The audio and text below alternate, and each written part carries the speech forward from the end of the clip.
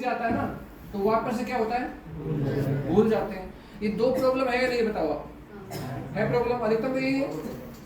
अगर ऐसा कोई तरीका हो कि एक बार पढ़ते याद हो जाए, एक बार सिंगल रीडिंग याद हो जाए, और याद भी ऐसा हो कि कभी भूले ही नहीं या भी बहुत लंबे समय तक भूले नहीं, तो कैसा रहेगा बताइए आप? बहुत बढ़िया, बहुत अच्छा रहेगा। लेकिन ये बात हमारे गले उतरती, ऐसा कैसे हो सकता है? एक बार में याद हो ही नहीं सकता। लेकिन मैं एक बात बता दूं आपको, अगर आज से 100 साल पहले हम सब जिंदा होते, 100 साल पहले, और किसी बुजुर्ग से एक बात बोलते कि बाबा एक ऐसा फोन चलने वाला है जिसे हिंदुस्तान से अमेरिका में वीडियो कॉल हो जाएगा, क्या वो मान लेता ना? 100 साल पहले नहीं मानता ना, बोला ऐसा हो ही नहीं सकता। लेकिन आज हो रहा है, नहीं हो रहा है। ऐसे ही जब मैं आपसे कह रहा हूं कि 60 मिनट की पढ़ाई 15 मिनट में याद हो सकती है, तो ये बात आप ही गले उतरती नहीं है कि ऐसा हो ही नहीं सकता। लेकिन अगर यह बोर्ड होता तो और भी ज्यादा मजा आता, बहुत ही ज्यादा मजा आता, लेकिन फिर भी उस मजे को गायब नहीं होने देंगे, मजा आएगा आपको और बहुत अच्छा है। मेरा नाम GR आर्यन है और ऐसा कोई अखबार नहीं है जहाँ मेरी खबर नहीं छपती हो। DD1 चैनल, दैनिक भास्कर, पत्रिका, राजस्थान सब चलते हैं। मेरे बड़े सेवा डालता हूँ मैं, और मैं बच्चों को यही गाइड करता हूँ। मैं ह्यूमन ब्रेन पर रिसर्च किया है मैंने कि आखिर हमारी मेमोरी कैसे काम करती है, और उस रिसर्च करके कोर्स डेवलप किया हमने। 2 महीने कोर्स है। अगर उसे कोई बच्चा कर लेता है, सीख लेता है ऑनलाइन घर बैठे, तो उसकी मेमोरी कितने तेज हो जाएगी, इसका एक डेमो दिखाऊंगा। चलो बड़े?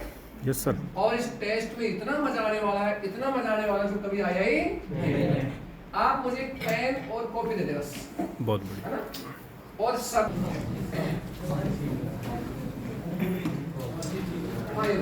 मजा बहुत आने वाला आपको। तो पहले टेस्ट करें छोटा सा कि आपकी मेमोरी कितने फास्ट हो सकती है ना, इसका पता भी लग जाएगा। अभी तो लोग क्या सोचते हैं, मेरी मेमोरी कमजोर है, मैं भूल जाता हूँ, मुझे याद नहीं होता, वगैरह वगैरह। लेकिन इस टेस्ट के बाद आप कहेंगे yes, my memory is strong, my memory is super. चलो करें? बिल्कुल सर। आप सभी को क्या करना है, अपने अपने मन से कुछ संख्याएं बोलनी है, वैसे 2-2 अंकों में। जैसे मान लो मैंने लिखा 22, क्या लिखा मैंने? 22। ऐसे अपने अपने मन से सभी को संख्याएं बोलनी है, 48, 72, 63, 65, कुछ भी जो आपके मन में आए वो बोलना ना। तो शुरू करते हैं 10, एक संख्या बोल दो कोई सी भी, और सभी लिख ले। ये 22 में लिख लो, लिखो 22, ताकि आप चेक कर सके बाद में। 22 लिख लिया, आगे कोई और बताए? एक आप बोल दिया, बोल सम्मान बोल। 45, अब लिखो 45। एक भैया ने बोला 45, तो मैंने क्या लिख लिया? 45, और आपने लिख लिया 45। ठीक है, आगे बोलो। हाँ जी, 25, ओके। एक भाई ने बोला 25, तो आप भी क्या लिख लो? 25 लिख लो। ठीक है, और कोई बोले 66। एक भाई ने बोला साहब 66, ठीक है ना? क्या बोला आपने? 66 बोला। ठीक है, तो 66 लिख लिया मैंने। आपका जो संख्या लिखी है वो लिखी है साहब 89। क्या लिखी है? 89। ठीक है, ओके। आगे बोलिए कुछ। 59, ठीक है, ये मैंने भी लिख ली 59 और आपने भी लिख ली 59। इस सबका क्रम एक समान होना चाहिए ताकि आप चेक करो, दिक्कत नहीं है। तो ये साहब 59 हो गया आपका। ठीक है, इसके बाद में और भी बोले 99, 99 हो गया। आगे कोई बोले 95, ओके, ये हो गया आपका साहब 95। 99 के बटी 5 हो गया, है ना? ये संख्याएं मैं आपसे इसलिए पूछ रहा हूं, अगर मैं मेरे मन से लिखता यहाँ पे और फिर मैं उनको याद करके बताता, तो एक सवाल क्रिएट होता आपके मन में कि साहब पहले से याद थी, वही लिख ली होगी आपने और वो याद करके बता दी। याद करें नाटक क्या होगा?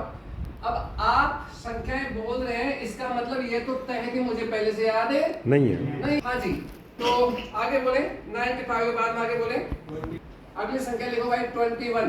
मैं लिख साहब 21। आगे बोलिए। हाँ जी 81, ठीक है, ये हो गया आपका 81। ठीक है, 81 हो गया। और बोलिए 74, 74, है ना? ओके, ये मैंने लिख लिया साहब 74। ठीक है, 4 हो गया। आगे बोलिए ये नंबर अब लिख लिया 31 31 हो गया, ठीक है। और बोलिए 85 कितना 75 85 हाँ। ओके सर, ये हो गया आपका 85, ये 85 हो गया, ठीक है। और बोलिए, चलो एक दो लाइन और बोलते हैं ताकि मजा आएगा ना आपको, बोलो, दिमाग बोलो। ताकत होती है। 85 हो गया, और बोलिए 69, ठीक है साहब, ये मैंने लिख लिया आपका 69 लिख लिया आपका, ठीक है 69 लिख लिया, 69 लिख लिया 69। इसके बाद बोलिए 68, ठीक है साहब, ये लिख लिया मैंने 68, ठीक है। चलो एक लाइन और लिखते हैं, एक लाइन लास्ट 15 और 20 है ना, ठीक है।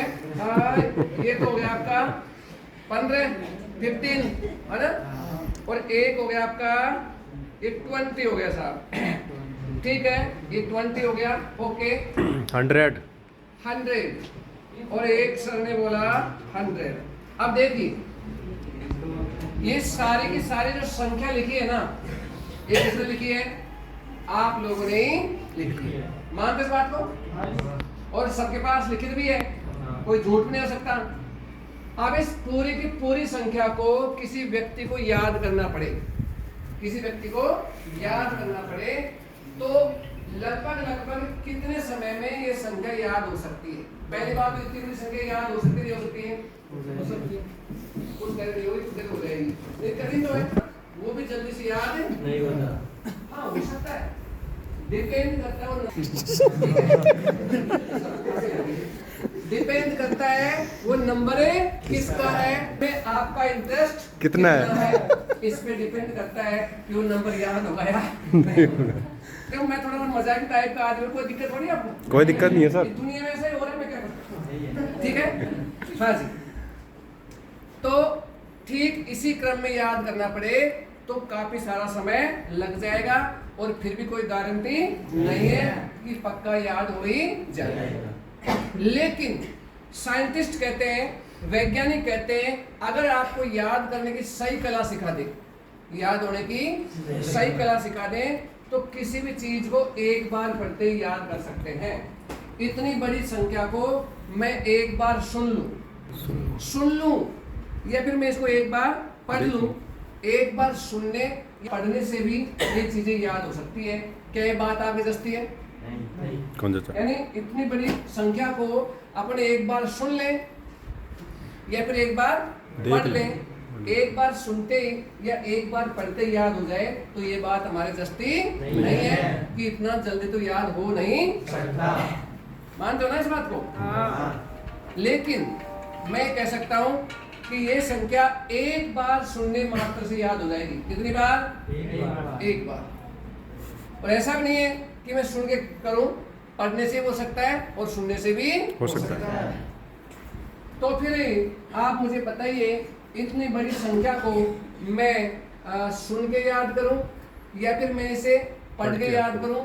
आप कठिन टेस्ट कौन सा मानते हैं? मैं वही टेस्ट आपको देने को तैयार हूं। मैं जानता हूं ये कहने वाले कि जब टेस्ट लेना ही है तो क्यों ना कठिन टेस्ट लिया जाए, ये जानते ना आपकी, बिल्कुल, ताकि मजा आ जाए कि सच में चीज में दम है या नहीं है। ठीक है। और संख्या आप सभी ने लिख भी रखी है, इसमें कोई शक नहीं है। तो एक बार आप सभी लोग इस संख्या को बोलेंगे, क्या करेंगे? बोलेंगे, और मैं एक बार क्या करूंगा? सुनूंगा। ठीक है बेटा? तो बेटा क्या बोलो आपको, आप तो मेरे बराबर की डाइट दे दो। मैं क्या छोटे बच्चों को बेटा बोले हाथ पड़ी हुई है तो इनको ऐसा लगेगा कि ये तीन का आदमी है। मैं चाहता हूँ कि कोई भी शंका दिमाग में नहीं रहे। तो बेटा कौन बोलेगा? आप बोल दोगे? आपका यही क्या ना? आपका शुभ नाम क्या है? कृष्णा सैनी। बहन के लिए एक बार शानदार ताली बजाएंगे हम लोग। बहन जी आप इसको एक बार बोलो, मैं एक बार क्या करता हूँ? सुनता हूँ। ठीक है ना? संख्या मैंने आपसे क्यों लिखवाई थी? ताकि कंफर्म हो जाए कि ये संख्या मेरी खुद की नहीं। चलो बहन बोलिए। 22, एक मिनट, 22 है ना? ओके। 43, 45, ठीक है। 25, 66, 66, ठीक है। 89, 89, 59, अब ये सही बोल रहे हैं मैम? ओके, 89 बात क्या है? 59, ठीक है। 99, 99, 95, 95, 21, 21, 81, 81, ठीक है। 74, 74, 31, ठीक है। 85, 85, 69, 69 हो गया आपका, ठीक है। 68, 68, ठीक है भाई, 68 भी हो गया आपका, 15, ओके है। 15, 15 ना, ठीक है, 20, ओके। 100। 100 और बस हो गया। क्या लगता है इतना जल्दी किसी इंसान को इतना लर्न हो सकता है क्या? ना और मैं नंबर क्यों लिए सर बताऊं? क्योंकि इससे कठिन कुछ होता ही नहीं है। Numerical serial number, vote, question, घटना, क्षेत्रफल, संविधान के अनुच्छेद सब अंकों में होते हैं ना। और वो इतिहास की डेट, घटना, ये सब अंकों में होते हैं, वो याद होते नहीं क्षेत्रफल वाला। अब ये लगभग मुझे याद है। क्या आपको विश्वास होता है? नहीं, ऐसा हो ही नहीं सकता। इंडिया में पहले ये सिखाया जाता है क्या क्या नहीं हो सकता, और विदेशों में क्या हो सकता है वो पहले सिखाया जाता है। इसलिए वहां देश आगे है और हमारा देश पीछे है, ठीक है ना। अब मैं देखता हूँ ये आपको मुझे याद हुआ नहीं हुआ, चेक करें। ओके, बोल दूं? बिल्कुल। चेक कीजिए। अभी आप भरोसा नहीं हो कि बोल देंगे सर, ठीक है। चेक कीजिए, ये संख्या है साहब 2, चाहे तो खोल ही बोल दूं, एक कोई टेंशन नहीं, जरूर डबल बोलूं, चाहे डबल बोल चाहे सिंगल बोल दूं। 2, 2, 4, 5, 2, 5, 6, जहाँ गलती हो बताना। 8, 9, 5, 9, 9, 9, 9, 5, सही है।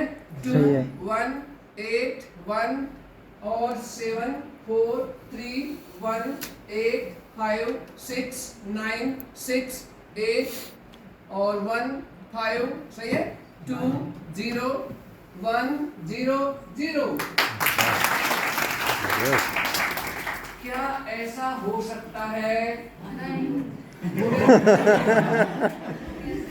हाँ, अब मैं बता दूं, अगर ऐसा आप करना सीख जाएं तो मजा आएगा नहीं आएगा? बिल्कुल। आपके ड्रीम पूरे होंगे नहीं होंगे?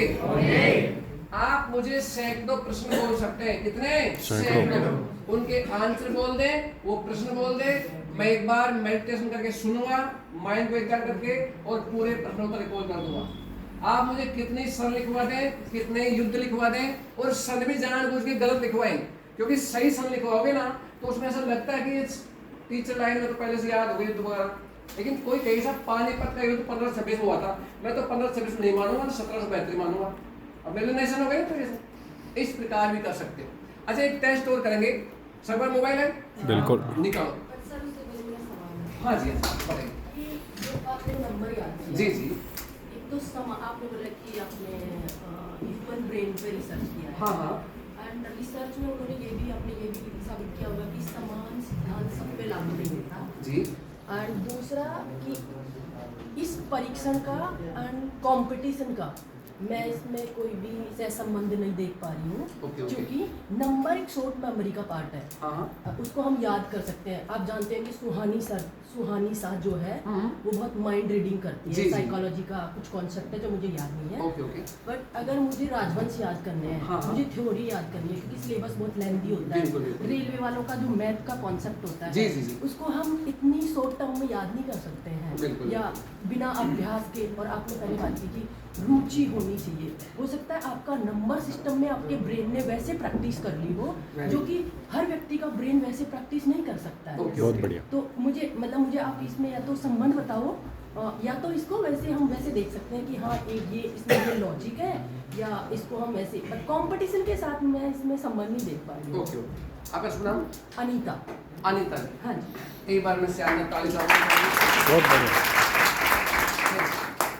देखिए अनीता मैडम, बात ऐसी है, मुझे कोई प्रश्न करता है ना, मुझे बहुत अच्छा लगता है, क्योंकि मैं उसे सिद्ध कर सकता हूँ कि वो चीज़ सही है। और जब मैं सिद्ध करके दिखाता हूँ ना, तो मुझे बहुत बड़ा मजा आता है। पहली बात तो मैंने अभी क्या कहा था कि आप मुझे सैकड़ों प्रश्नोत्तर दे दें, है ना। तो प्रश्नोत्तर संबंध तो कंपटीशन में है, ये तो आप मानते हो। चाहे राजवंश हो, किसके पहले कौन सा, किसके बाद कौन था, किसका कार्यकाल कब था, किसने क्या किया, ये तो प्रश्न आते नहीं आते हैं। किसने क्या किया, कौन सी युद्ध किस समय हुआ, कौन हारा, कौन जीता, सोना कहाँ निकलता, चांदी कहाँ निकलती है, ये सब आते नहीं आते। मैंने ऐसे प्रश्न बोला आपसे कि ऐसे कुछ भी प्रश्न लिखवा दो। मैंने क्या कहा था, बोर्ड होता तो बहुत मजा आता, ठीक है। और अपने क्यूब मैथ में क्यूब वगैरह में याद नहीं होते, हमें स्क्वायर में याद नहीं होते, इनका संबंध कंपटीशन है या नहीं है? बिल्कुल है। हिस्ट्री की डेट्स का संबंध है या नहीं है? प्रश्नोत्तर का है या नहीं है? है। अब एक टेस्ट और छोटा करूंगा, फिर मैं आपको बात मॉडिफाई करूंगा। आप सभी अपना मोबाइल निकालिए, निकालिए। अब एक बात बताइए मुझे, जो क्यूब और स्क्वायर होते हैं, ये किसी भी इंसान को स्क्वायर तो फिर भी हो जाते हैं 30 तक, लेकिन क्यूब याद नहीं हो पाते, am I right? क्योंकि 3 टाइम मल्टीप्लाई करना पड़ता है। आप 500 तक की संख्या, कितनी? 500 तक। 500 तक की कोई संख्या ले, बड़ी से बड़ी, जैसे आप ये 497, तो 497 गुणा 497 गुणा 497 क्या आ जाएगा? क्यूब आ जाएगा। पहली बात तो सोशल मीडिया का जमाना है, आप मुझे ढूंढ के बता दें पूरी पृथ्वी पर अगर ऐसा कोई कर सकता है क्या कि 500 तक के क्यूब बता सकता है क्या? क्योंकि मैंने रिसर्च किया, देखा, सर्च किया, कोई नहीं बता सकता अभी तक। या तो मेरा बेटा बता सकता है, या मेरे द्वारा ट्रेन किए गए छात्र बता सकते हैं, या फिर मैं बता सकता हूँ। तो आप एक छोटा टेस्ट करके और बातें करेंगे अपन। 500 तक की बड़ी से बड़ी संख्या लें, लगातार 3 बार मल्टीप्लाई करें। आप संख्या बोले मेरे लिए पहले, मैं किस तरह का 466 मल्टीप्लाई 466 मल्टीप्लाई 466 आ गया उत्तर आ गया। बोलिए। बोलो। हाँ जी। 1 0 1 1 9 4 6 9 6। क्या बात है, कंपटीशन है नहीं है? बिल्कुल है। अब एक टेस्ट और कर सकते हैं। आप ऐसा करें, हिस्ट्री की बहुत सारी घटनाएं बोलेंगे आप लोग, है ना, और बगल में जानबूझ के गलत सन बोलेंगे, ताकि आपको डाउट ना हो कि सन तो पहले से याद होंगे। और ये कर सकता हूँ मैं। अरे आप कहोगे साहब पानीपत का युद्ध 1526, तो मुझे पहले से याद भी है कुछ तो, है ना। या फिर ऐसे प्रश्न लिखवाए, मैंने बताया क्या कर सकता है। हर चीज की कुछ सीमाएं होती है, इसकी भी सीमाएं हैं। इससे क्या हो सकता है, हिस्ट्री के dates, objective question, single liner question, दिवस, अनुच्छेद, प्रश्नोत्तर, क्यूब, स्क्वायर, मीनिंग, इस सारी। और बताओ इसी तरह क्या आता है कंपटीशन, मुझे बताओ। इससे मैथ नहीं हो सकती, जो मैथ के सवाल होते हैं ना, वो इससे नहीं हो सकते, क्योंकि कैलकुलेशन समझ लो भाई, वो याद थोड़ी करना है। जिन चीजों को याद करना पड़ता है केवल, साहब किस देश की मुद्रा क्या है ना, उसकी राजधानी क्या है, ये सारे कंपटीशन आते हैं, सब ल्यूसेंट भरे पड़े हैं। इससे पूरी ल्यूसेंट भी याद हो सकती है। और अब तक अनिता मैडम, जो कोचिंग वाले होते हैं ना, वो क्या फोटो लगाते हैं, हमने इतने सिलेक्शन दिए, लेकिन जब बात आती है मिलवाने की, तो पीछे कैसे लेते हैं वो। Am I right? बिल्कुल सही है सर। हमने लगभग 2000 से ज्यादा सिलेक्शन दिए हैं इस टेक्निक के थ्रू गवर्नमेंट जॉब में, जिनको मैं आपसे मिलवा सकता हूँ, घर तक का एड्रेस दे सकता हूँ, उनसे जाके पूछ सकते हैं कि अब आर्यन सर से पढ़े थे नहीं पढ़े थे, उनकी टेक्निक क्या है। और कुछ तो टेस्ट मेरे पास अभी भी मोबाइल में यूट्यूब पे, बाकी आपसे मिल सकता हूँ। बहुत सारे बच्चे हैं, खुद मेरा बच्चा है, जब मैंने टेक्निक को उनको नहीं सिखाया था, तब उनकी 60-65 के करीब बनती थी। अब उसकी 9th ट्यूशन से कभी बनती नहीं आती, 9th मेरा बच्चा, उनसे आप मिल सकते हैं।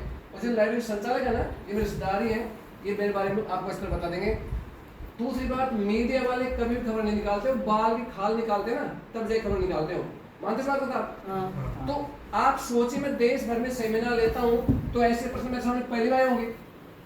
एक प्रश्न ये भी आया था मेरे पास में, साहब आप IAS क्यों नहीं बन गए। मतलब बेतुके प्रश्न, कुछ प्रश्न ऐसे होते हैं जिनका कोई जवाब ही नहीं होता। अब ये बात बताऊँ, मैं जवाब देता हूँ, हो सकता आपने प्रश्न खड़ा नहीं किया, पर मैं देता हूँ जवाब। माइंड में आ सकता है ना भाई, तुम क्यों नहीं बन गए रेलवे में, तुम ग्रुप डी में क्यों नहीं लग गए, बहुत सारी बातें होती है। लेकिन ग्रुप डी की बात छोड़ा, IAS की बात करते हैं। एक IAS है, आप कितने IAS को जानते हो जिसने राज्य स्तर पर कोई अच्छा कार्य किया हो, समाज के लिए कोई योगदान दिया हो। अपनी तनख्वाह लेते हैं, प्रधानमंत्री का फोन आ गया, क्या कैसे पैसे करते हैं वो गुलाम की जिंदगी उनकी भी। अभी जो ऊपर मीटिंग चल रही है ना, वो इसी संबंध चल रही है। हमारा स्टेट लेवल पे संगठन है, वृक्षारोपण करता है। आपसे पहले लाखों तो वृक्ष लगवा चुके। अभी भाई रामलाल राष्ट्रान जी हैं, ये भी हमारे साथ ही हैं। जो गरीब बच्चे हैं, जो पढ़ नहीं पाते, खर्चा देते हैं उनको, पैसे देते हैं उनको, हम ड्रेस देते हैं उनको, हम वृक्षारोपण करते हैं, नुक्ते रुकवाते हैं, इंसान की इनकम को अच्छी जगह निवेश करवाते हैं। और इससे बड़ी कोई वो नहीं है। प्रैक्टिकल ऊपर नेशनल मीटिंग चल रही उस चीज़ की, उस चीज़ मीटिंग चल रही हमारी। हमने इतना योगदान दिया है इस विश्व को, तो हमें संतुष्ट है। और हम क्यों दे रहे हैं? मरने से पहले 40 सेकंड की रील घूमती है वो व्यक्ति के यहाँ पे, पिक्चर दिखती है उसको कि मैंने क्या जिंदगी जी, तब वो व्यक्ति रोते रोते मरता है। काश मुझे ऐसे पता होता कि समय इतना कीमती होता है तो मैं इस फालतू काम में जिंदगी नहीं देता। और असली सफलता वो है कि आप हंसते हंसते मर सके। और हंसते हंसते वही मर सकता है जिसने जीवन में अच्छा काम किया हो, किसी के जीवन में योगदान दिया हो। दूसरी बात, सफलता उसे नहीं कहते कि आप पास कितना बंगला गाड़ी है। सफलता उसे कहते हैं आपकी वजह से कितने घरों में खुशियां है। Am I right? आप कितने लोगों की खुशी का कारण बनते हैं ना, वो बड़ी सफलता है। वरना बंगले गाड़ी खूब बड़े बड़े लोग पास में खूब आत्महत्या कर रहे हैं, गले ठंडे झूल रहे हैं। नहीं झूलते ऐसा? केस में सुनते आप लोग? क्योंकि जिंदगी जीने की कला नहीं है हमें। मेरा सवाल है, देखिए हर घर में खुशी प्रोवाइड करवाना मैं भी मानती हूँ कि जो यूथ है उसको नेशन में सहयोग करना चाहिए, उनको नेशन बिल्डिंग करनी चाहिए, एंड अच्छी बात है। बट मानो कि मैं घर का बड़ा बच्चा हूँ एंड मेरे पेरेंट्स खेती करते हैं, पानी नहीं है, मैं दूसरे के घर में खुशी कहाँ से लाऊंगा जब मेरे घर में खुशी नहीं है? पहली बात, हर व्यक्ति नहीं कर सकता, मैं मानता हूं इस बात को। मैं ये भी कह रही हूँ। एंड दूसरे के घर में खुशी प्रोवाइड करवा के मैं इससे सहमत नहीं हूँ कि आप किसी को कोई चीज़ अवेलेबल करवाओ। आप बैग बांटो, आप कपड़े दो, आप जूते दो, आप कुछ भी दो, कुछ नहीं करवा के तो आप उनको खुशी नहीं बांट रहे हो, आप इन फ्यूचर उनके लिए दुख प्रकट कर रहे हो ताकि मैं कुछ करूँगी नहीं, आप जैसे जो भी सत्संग में लोग होंगे वो कुछ ना कुछ दे देंगे। तो मतलब मरने से पहले मेरे को नहीं पता है कि क्या चलता है, क्योंकि मैंने मर के नहीं देखा है। और दूसरी बात ये कि जो खुशी है वो शायद इनर होती है, आपके पास है चीज़ें, आप बिल्कुल सहयोग करें, बट सहयोग करने का सिर्फ दूसरा तरीका हो सकता है। आप उनको एजुकेशन में उनको बुक प्रोवाइड करवा सकते हैं, उनको स्कूल से कनेक्ट कर सकते हैं या कुछ और कर सकते हैं। और दूसरा ये कि कैसे मरूंगी ये मैंने नहीं देखा है। मैं किसी एक्सीडेंट में मर सकती हूँ, मैं अटैक से मर सकती हूँ, मैं कुछ और से मर सकती हूँ। तो मैं कैसे मान लूँ ये चीज़ जो वर्तमान है वो मेरा नर्क है कि मेरी नौकरी नहीं लग रही है। नहीं, ये तो मैं नहीं बोला कि नर्क है वर्तमान, ये कब बोला? नहीं, इसका आंसर मैं दे दूं? इसका मैम का आंसर मैं दे दूं। मैं सर को जानता भी नहीं हूँ, सर नहीं जानता। लाइब्रेरी में फर्स्ट बार आया हूँ, IIM में मैं बात करता हूँ बायोलॉजी से, सर को नहीं जानता था। लेकिन सर ने बोली ना कि हम लोगों को खुशियाँ दे सकते हैं। यस सर दे सकते हैं। क्यों दे सकते हैं? क्योंकि सर अच्छी एजुकेशन करा रहे हैं, ट्यूशन करा रहे हैं, सर्विस लगेगी तो क्या घर में खुशी नहीं होगी? बिल्कुल होगी सर। क्योंकि मैंने खुद ने किया, एक बच्चा बहुत गरीब था, गरीब परिवार से था लेकिन टैलेंट था, उसको मैंने गाइड किया। उस बच्चे के 632 नंबर आए नीट में इस बार। कितने नंबर आए? 632। मुझे फुल विश्वास था कि उसको SMS कॉलेज जयपुर मिलेगा। लेकिन आपने भी सुना होगा इस साल पेपर सारे नीट के बिके थे। क्योंकि जो हाई स्तर के जो लोग होते हैं उन्होंने सब पेपर खरीद लिए इस बार इंडिया में। लेकिन उस बच्चे को मुझे बहुत दुख हुआ था क्योंकि SMS कॉलेज नहीं मिला, कानपुर मिला है। लेकिन मैंने तो मान लिया कि उस बच्चे को कौन सा कॉलेज मिल गया? SMS कॉलेज मिल गया, क्योंकि इस साल पेपर बिके थे। तो उसको हमने गाइड किया, पढ़ाया, बहुत खुशी हुई। सर यही बात कह रहे हैं? नहीं गलत। नहीं, मैं उनकी नहीं, बात पे सवाल नहीं कर रही हूँ। यही बात थी सर नहीं, आपके देखिए मैं बताऊं तो जैसे गवर्नमेंट 5 फ्री के अंदर क्यों वगैरह ये दे रही है, तो इसका मतलब ये नहीं है बात में। नहीं, मैं गवर्नमेंट के बारे में कोई टिप्पणी नहीं कर सकता। देखिए मेरी बात सुनिए, 2 मिनट की बात सुनिए आप। मैं बोल सकता हूँ क्या? लॉजिक कुछ भी दिया जा सकता है, लॉजिक से गलत को सही और सही को गलत भी सिद्ध किया जा सकता है। लेकिन एक कॉमन तौर पे क्या आप इस बात को मानते हैं कि अगर किसी को सही रास्ता मिल जाए पढ़ने का और पहले से ज्यादा नंबर आ जाए और मैं इसी पे काम कर रहा हूँ, एम आई राइट? मैं किसी से उलझना नहीं चाहता, क्योंकि कई बार क्या होता है, मैं अपनी जगह पे सही है, हर व्यक्ति देखो बताओ व्यक्ति क्या है। मेरा पर्पस आपसे उलझना नहीं है। नहीं, मैं व्यक्ति क्या है, व्यक्ति एक सूचनाओं का एक प्रोडक्ट है, जिसमें जैसी सूचना भरी है ना मेमोरी कार्ड में, वैसा ही वो व्यक्ति होता है। अब मेरे अंदर ऐसी सूचनाएं भर दी गई है संस्कार रूप में कि किसी की मदद करके जीना बहुत अच्छा लगता है मुझे, तो मैं कर रहा हूं मैं। अब इसे कोई गलत मानता है तो वो उसकी मर्जी, वो गलत व्यक्ति नहीं है, उसको ऐसा ही सिखाया गया है कि भाई ये गलत है। लेकिन मैं तो इतना कह सकता हूँ कि मुझे ये काम करके बहुत अच्छा लगता है, बच्चों को पढ़ा के बहुत अच्छा महसूस करता हूँ मैं, और मुझे ऐसा लगता है कि मेरा कुछ योगदान है हल्का सा, ये मुझे बहुत अच्छा लगता है, बहुत अच्छा फील होता है। आप लोग इसे सही मानते हैं गलत मानते हैं वो आपकी मर्जी है, बट मैं सिद्ध कर सकता हूँ कोई व्यक्ति मेरे द्वारा पढ़ाए गए ट्रिक से पढ़ ले तो पहले की बजाय लगभग 2 गुनी स्पीड से, 4 गुनी मत मानो भाई, मेरा प्रैक्टिस ज्यादा है ना, तो कम से कम 2 गुनी स्पीड से याद कर ही सकता है। इस बात का मेरा पक्का वादा आपसे 100%। दूसरी बात, मैं आपको मात्र 2.5 मिनट लेना चाहता हूँ। कितनी? 2.5 मिनट ले लो क्या? बोर थोड़ी हो रहे हो? आदत का हमारे जीवन में कितना बड़ा योगदान है। पहली बात तो सफलता का एक सिद्धांत है, वो करो जो आपको अच्छा नहीं लगता। जब जब आप वो करोगे जो आपको अच्छा नहीं लगता, तब तब आपको वो मिलेगा जो आपको चाहिए, और जब जब आप वो करोगे जो आपको अच्छा लगता है, तब तक आपको वो नहीं मिलेगा जो आपको चाहिए। तो आदत का बहुत बड़ा योगदान है। मैं आपको समझाऊं थोड़ा सा, मजा आ रहा नहीं आया आपको? पक्का? आदत का जिंदगी में क्या बड़ा योगदान है, इसी कहानी के साथ मैं अपनी बात खत्म करूंगा। एक गांव का मुखिया था, और उसकी जो मिसेज थी ना, वो इतनी चालाक थी, उसको गुलाम रखती थी। वो नीचे बिठा, उसके ऊपर बैठ और चाय के पी, इतना गुलाम रखती थी वो। लड़की होते होते होते जवान हो गई। अब उस लड़की को शादी नहीं करें, क्योंकि चून जैसी रोटी और माई जैसी, कि भैया हमारे लड़के को कुछ नहीं बढ़वाएंगे, हम तो शादी नहीं करें। लड़की बड़ी हो गई, भाई साहब जैसे पहलवान से कोई बोले मैं करूँगा शायद चाहे कुछ हो जाए, अरे बोले बेटा तेरी शादी नहीं दूंगा, वो तो बहुत चालाक छोरी है। अरे मम्मी मैं सब समझा लूंगा, ठीक है भाई कर लाए शादी। उस जमाने में बैलगाड़ी में विदा करते थे प्राचीन काल में, सबको पता आपको। जो ही बारात गई खा पी के, दूल्हा दुल्हन को विदा किया, दोनों को विदा कर दिया। अब दूल्हा सोचता है अब इसे सुधारने का मौका है, वरना यहाँ बैठ गई ना फिर उतरने वाली नहीं है, क्योंकि माई के लक्षण सारे हैं। अब वो दूल्हा उस गाड़ी से बोले, गाड़ी का पहिया चूचा रहा था, उसमें ग्रेस नहीं था, चूचाएगा वो तो क्या बोले सुना के कि देख गाड़ी चूचाए मत, एक बार ही बोलता हूँ दोबारा बोलता नहीं हूँ, मैं आग लगा दूंगा। वो दुल्हन सुने, आधे सपने डाउन, यार ये तो खतरनाक आदमी है, ये तो मेरी सुनेगा नहीं। फिर देखते जलाता नहीं जलाता है, और उसने सोच लिया चाहे गाड़ी जला दूं चाहे बैल मार दूं, लेकिन बीबी सुधर जाएगी। थोड़ी आगे आया गाड़ी, मैंने तो कहा था मैं दोबारा मौका देता ही नहीं हूं, तो ये एक बार ही बोलता हूँ बस, लगा दिया आग। ओ माय गॉड, दिमाग खराब, पसीना पसीना, गमन था उसका, ईगो यहाँ पहुंचे सब। अब बचा कौन? बैल। अब बैल बेचारा पशु है, इधर उधर मुंह मारे, कभी इस डोले में कभी इस डोले में, रस्सी पकड़ चल रहे हो तो देख बैल इधर उधर मुंह मत मार, वरना गर्दन उड़ा दूंगा। और दोबारा बोलता और नहीं हूं मैं, सीधा काम ही होगा।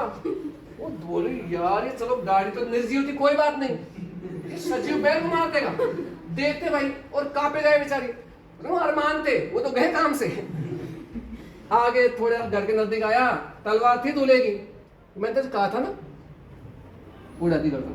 अब दिमाग खराब उसका, तो बेहोश होने का कारण हो गया, तो क्योंकि नंबर किसका था अगला नंबर खुद गए था।